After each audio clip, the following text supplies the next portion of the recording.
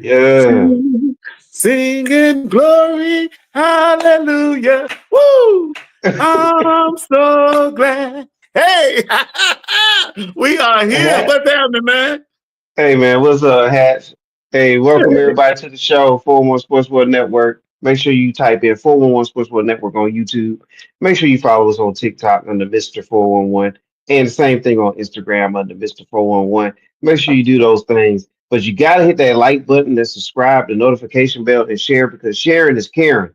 All right. That's Sharing right. is caring. Right. And that's what Hatch is doing today. He's going to share with us some more information, some more details, some inside information with the SIAC conference and the race to the championship. And there's a huge game coming up this weekend, and it's a rivalry game, and it's a historic matchup, and it obviously involves Albany State University. And Hatch is going to give us that info, man. What's up, Hatch? Hey man, what's happening, my brother Tyrone? The 411 connection, rocking and rolling, moving and grooving, shaking and baking. Boy, I'm love to be Uh, here. I'm in the right spot. I'm in the right spot. yeah. But all roads, but listen to me now, don't get it twisted. All Yes, roads sir. lead to Columbus. All roads lead to Columbus. And I'm telling you, it's going to be a Wayne Dangle affair on tomorrow when Fort Oh Valley my. run up against those mighty Rams of Albany State University. All right. Well, I know we're going to get into the FCC, the Fountain City Classic. You can see it going across the bottom of the screen, people. This has been going on since 1945 as far as the rivalry between the two teams. But the Fountain City Classic, we're going to get more details on that in a minute. But Hatcher is here to give us the inside here on the SIAC conference, and it's a race toward for the championship right now. We're in November, so it's time for the teams to gear up and try to get that championship. So, Hatch, what you got for us today, man, about the SIAC? Well, man, when we did the first show before the season started, I told you there was two teams that I knew that was going to be in the thick of things. And trust me, those two teams are in the thick of things, and that Yes, sir. being Miles College and Clark, Atlanta. I'm an Albany State man, but I understand when you start shifting players and coaches, things change, and things has changed. As we look at it right now, Miles already have solidified their spot in the conference championship game that will be held in Fairfield, Alabama, their home turf. Now, there's some scenarios here in Okay. particular. One in particular, Clark Atlanta University, they're in the riding seat, but you got Fort Valley. And this where the Fountain City Classic is going to be a pivotal game for them because if they beat Albany State, they automatically in. Even though Clark beat Fort Valley, the SIAC have deemed Fort Valley as the number 2 seed. So Wow. the Fountain City Classic is a pivotal game for Fort Valley for sure. Clark is on the outside looking in because they messed around and lost a game that they shouldn't have lost. Lost Savannah State. Shouldn't have lost that game. So and then they turned around and lost their homecoming game against Miles. So Yeah. Miles right now is leading the pack. They 7-0 on the conference. And like I told you early on, I knew they were a powerful team when they played West Alabama the way they played them and almost beat them. And the only reason West Alabama won that game was a field goal at the buzzer. Miles beat him up and down the field the whole game. And it's a great thing when you play out of conference and you can win. But Clark was the only team to win a game outside the conference, and they beat Bethune-Cookman. Down in Bethune-Cookman. Came back from a 30-point being down in the game, came back and won ball game. So that showed me a couple of things early on that Clark and Miles had some substance. Now, on the other hand, Albany State, we have shown signs off and on, but we're not playing complementary football, and it's showing in the standings. We lost a mighty tough game to Savannah State a week ago that stunned the Hmm. whole SIAC. We shouldn't have lost that game because now we on the outside looking in. We need help. We need Miles to to beat Tuskegee. And that ain't going to happen. Miles going to beat Tuskegee, I'm sorry. But we need Morehouse to beat Clark. That's not going to happen. Clark going Oh, to beat Morehouse up and down the field Saturday. So our chance of getting in the conference championship at Albany State, slim to none right now. The only our championship game is going to be Saturday, the Fountain City Classic. That's going to be Albany State championship game. Because if we beat Fort Valley, that itself, you can be 0 forever. But you beat Fort Valley, that's the championship game for you.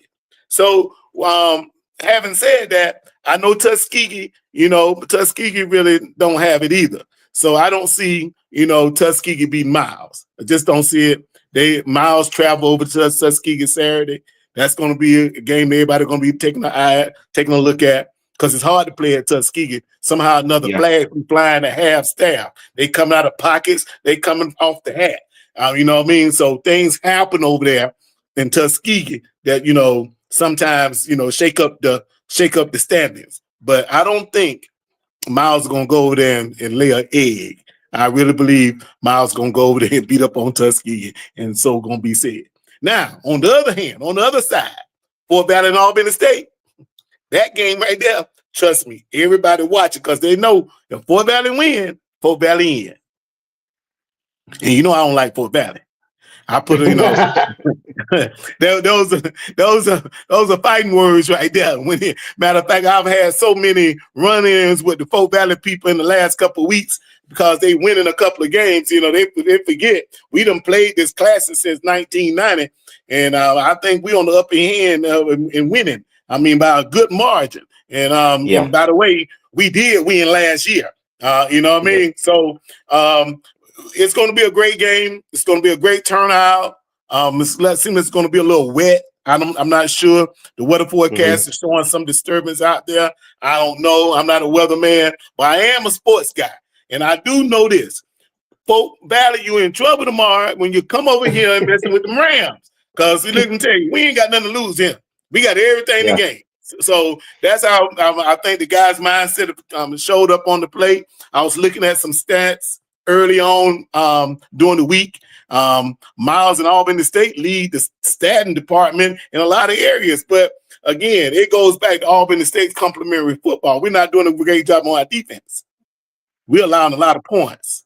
We're allowing over 27 points a game. That's not good.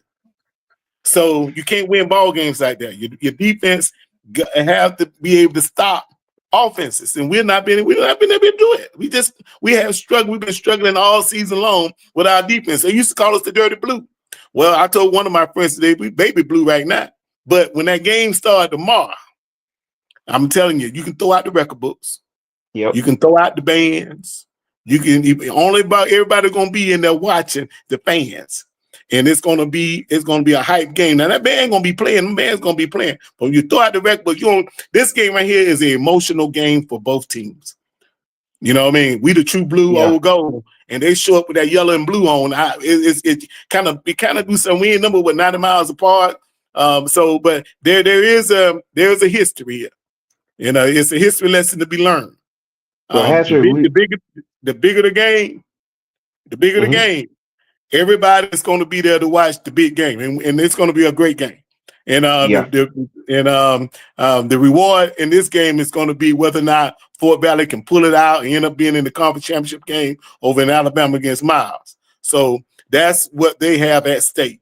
Now, if we beat them, Clark going to be in. So Clark over there, Clark going to beat Morehouse. I already know that.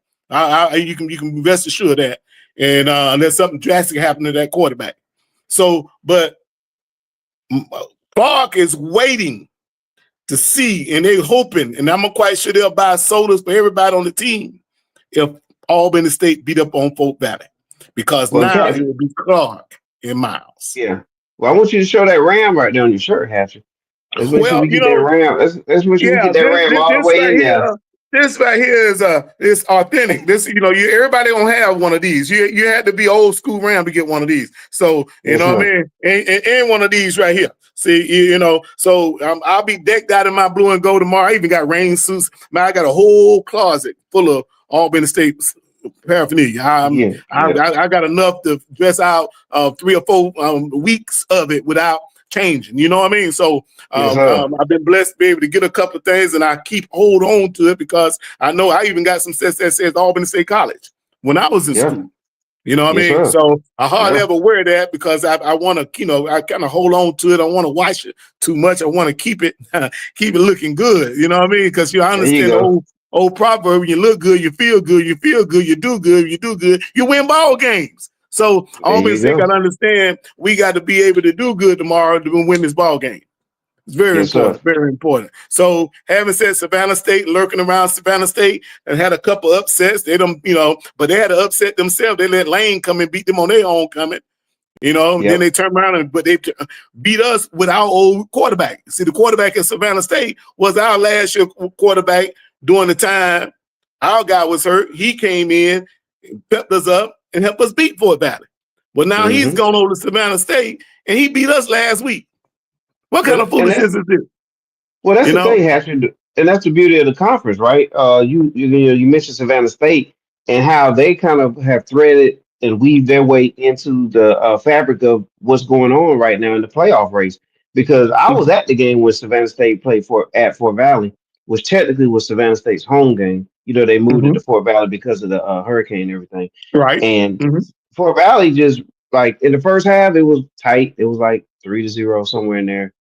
Uh, and it was like a late field goal kicked in the first half. But that second half, Fort Valley just turned it on and just ran away with it.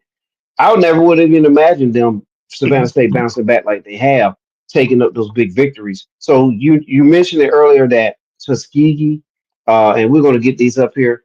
The SIC, these are the three key matchups. You made sure that you wanted us to make sure that this was up here. So at 2:00 p.m. on Saturday, man, there's three major games right here with tremendous impact, as you already stated, Hatch. So Mm-hmm. we definitely looking forward to that, man. Yeah. So it's going to get even more exciting because, of course, I think this is a down year for the SIAC personally. And Mm-hmm. it showed me that earlier when we play out of conference games against the CIAA, we didn't pair well. And in the past, CIAA couldn't hold our water for us, So that tells me I guess we should say they've been a sliding scale, if you will. It's sliding over in the CIAA right now, and they're Uh-huh. doing some things, making some things happening. And over here, we done flipped, and we're not doing as well as a conference, but we got to pick up the pace because the Right. recruiting process is so important because of the NIL deals these cats are getting and the opportunities to move elsewhere. If I'm a star player in the do D2 level, trust me, there are D1 programs that they're looking down to see who they can pull up to help their programs, and these guys are jumping ship quick. You know what I mean? And you can see what happened at Allen last year. All their players, even though they stayed in conference, they went to Clark. And Right. And then look at Clark. and they pushed Clark over the hump to be a perennial powerhouse in the SIC real quick. Yeah. So that what it takes. It takes a coach, a visionary coach, first of all, alumni base, you know what I mean, and money. You got to have some money. You can't be broke. And to talk about coming in here and having a powerhouse football program. You got to be able to provide scholarships and all the other necessities that are important to the athlete once they get on campus. You know what I mean? They want to be comfortable. They want to have the right equipment. They want to make sure they can get a couple pair of shoes if they need it. Those are the things that are in place now. They want to, and Albany State, again, making strides to help the student athlete by providing them with stations around the campus where they can always have something for nourishment, you know what I mean? So they won't go hungry. But there are other things that the institution need to take a snapshot of and see what we can do to make our student athletes want to come to Albany State instead of Albany State, So that's a lot of it. We've had a lot of guys transfer out of Albany State going on to different programs, and they're helping those programs win.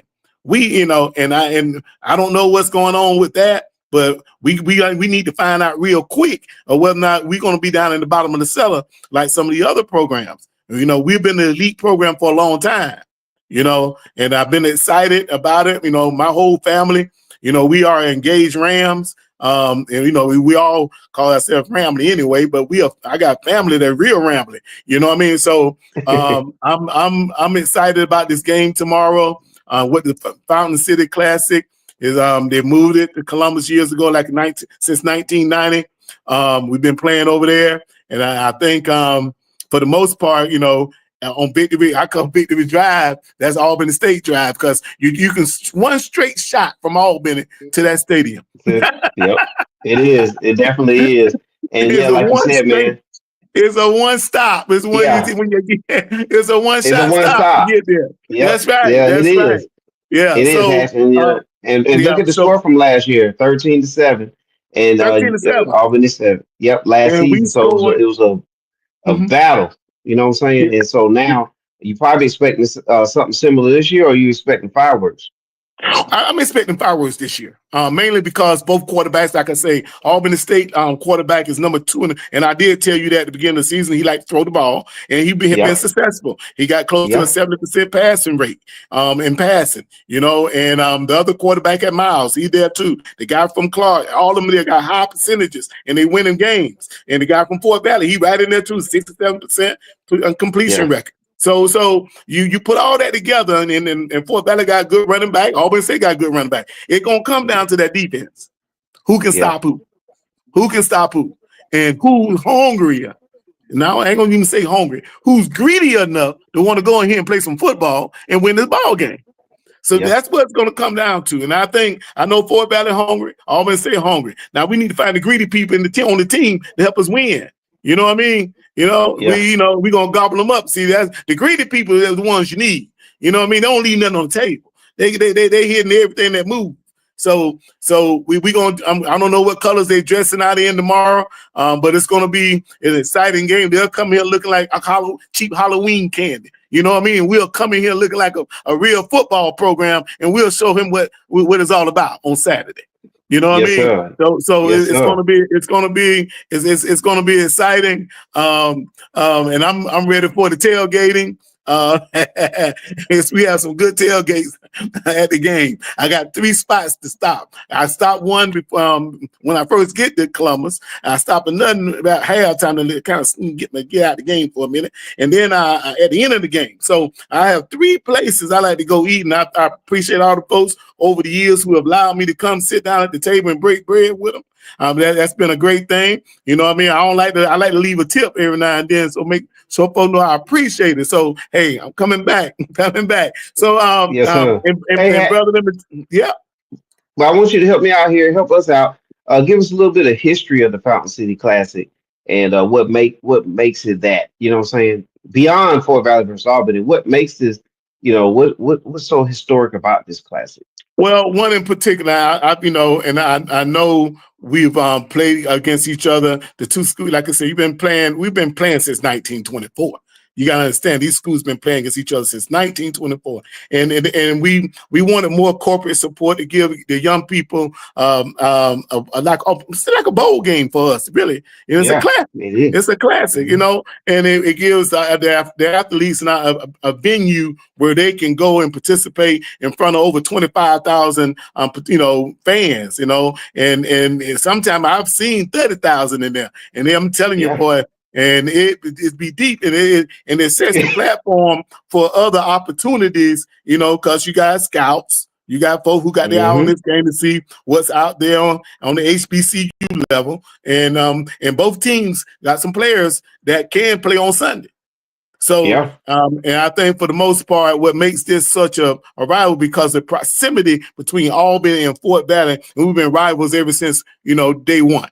Yeah. And because of the proximity of the campuses to one another. I played tennis at Albany State, and I remember fighting them. We had almost a fight, and with Fort Valley, had to stop the tennis match because a Fort Valley player wanted to do something crazy, and we wasn't going to allow that. And then, so Wow. they put us on the van and sent us on back, and we got on out of there. So we had to give them the same. When they came down to Albany, same thing happened. So, but Hey, anyway, those are the kind of hit each things. other, but y'all went hit each other with tennis rackets, were you? Well, it would have came to that. It would have really came to that. You know what I mean? And one of the guys, he lives in Warner Robins. I see him every now and then. He said, "You remember that time, man? You wanted to hit?" I said, "No, I was gonna hit." Well, but we're good friends now, and those are the things that happen when you're at HBCU. We're Yes, very sir. territorial, if you will. You know what I mean? Well, they'll Chapo come out of us when we get offended about something. We go to Nutville. So that blue and gold means something. And especially Yeah. when you wear it on your chest, you wear it with pride, you wear it with honor. You know what I mean? You wear it with dignity, and that's what being a Ram is all about. So for the guys tomorrow playing in this this pivotal football game. It's going to be an exciting contest. It's going to be a lot going on, whether it can be raining, snowing, I don't care what's happening. It's going to be a great turnout. Folk going to come out and support it. I'm excited. I mean, I'm already packed, ready to go. I'll be leaving 4 days in the morning so I can get there and take advantage of those tailgates so we can, eat some very good cuisine. These are going to have food. They have cuisine. They doing a little bit differently. Yeah. So kind of excited about all that. So I've got to get out of here in a minute, but I wanted to stop by and share with you the SIAC is live and well. We got to get stronger. We got to get better players in the conference. We got to keep our players in the conference. And seeing a lot of guys coming out of South Florida, coming up here to play football, which is a great thing. Talent, yes, talent. And yeah, the NFL players will see you. If you're a good football player, they'll find you on a rock. You don't have to go far. If you can do it, ask Shannon Sharp. Ask some of the guys that play, in the NFL. We had one at Albany State the other night, created a fumble to knock the joker out, played for the Colts. Yeah. So we've got guys in the NFL right now. Got a running back from Fort Valley playing for Green Bay. So there are players from the SIC, recent players that played in this Fountain City Classic. They are now playing on Sundays. So there's an opportunity for some other players to get that opportunity. Great. But for the most important thing, these young men, for them to get a college education and build for their families. That's number one. Yep. That's the number one priority for the student athlete in my mind. So I'm gonna stick to that because I remember me being a student athlete. I know how important that was for me to be the first guy in my family to graduate from college. So that was an exciting thing. So we had a bunch of females, but I was the first guy to do it, and I put my hat on that. I got something to put my hat on. You know what I mean? And there will be other hatchers coming behind me that will also go to Albany State and graduate from Albany State University. Yes, sir. And hey, before we get out of here, Hatch, you got to give a prediction. I have an idea who you're going to choose, but you still got to make your official prediction. So, who are you predicting to win this Fountain City Classic, Hatch? According to the, numbers don't lie. Numbers don't lie. Numbers, they always say numbers tell the story. But but this game right here, you can throw all, like I say, throw the record books out, throw all the numbers out, all the analytics, throw them out. Albany State will win this ball game 28-17. Ooh, we will match 28-17. 28-17. And if they ain't careful, we're gonna get 33. We'll have 33, but we will win. Yeah, we will win this ball game, and whoever win the turnover margin will win the ball game. Put it that way. Yeah. And I think Albany State will win the turnover margin on tomorrow because, like I said, we got nothing to lose. We got everything to win. Yes, sir. Tyrone, thank you for having me, my brother. I got to get out of here because I got to get a couple more little things for my tailgate folks. And ask me to, I always bring something. I don't come here empty-handed, so I got to take something over there, something to quench their thirst, if you will. Yes, sir. All right. The voice you hear right there is Harold Hatcher. Don't forget the Fountain City Classic is tomorrow, 2 p.m. SIAC Network. Make sure you check it out. And also, man, make sure you check Harold Hatcher out again for the next episode that's coming up. But you got to hit that like, subscribe, notification bell, and share, because sharing is caring. That way you'll be ready for the aftermath of that with the SIAC, and Hatcher's going to help us with that too. So for Harold Hatcher, I'm Mr. 411. We thank you all, and we'll see you soon. Hatch, we're gonna leave out of here with the band, okay? So all right, man. Crank it up for me one more time. Here we go. All right, everybody. Good night.